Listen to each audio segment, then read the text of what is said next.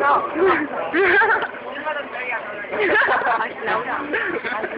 Estoy muy nervioso. Yo también. Bueno, nunca había hecho una muy Ay, es un gallo.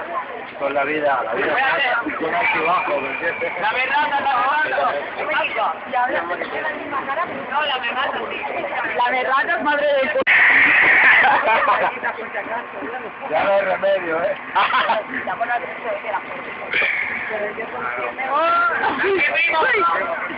¡Sobrevive!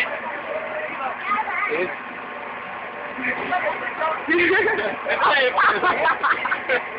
¿Y lo que tienes entre las piernas lo tienes bien puesto o qué? Entonces está bien puesto.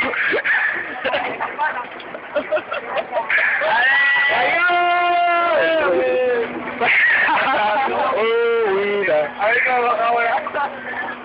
¡Qué mal!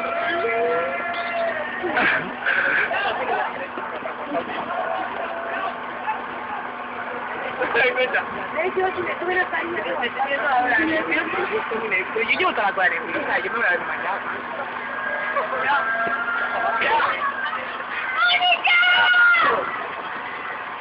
Y como digan a ver la cuenta. Ponernos piezas del hierro, ¿eh? Da igual.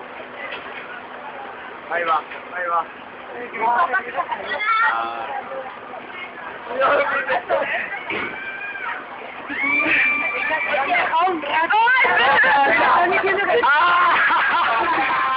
¡Ah, güey!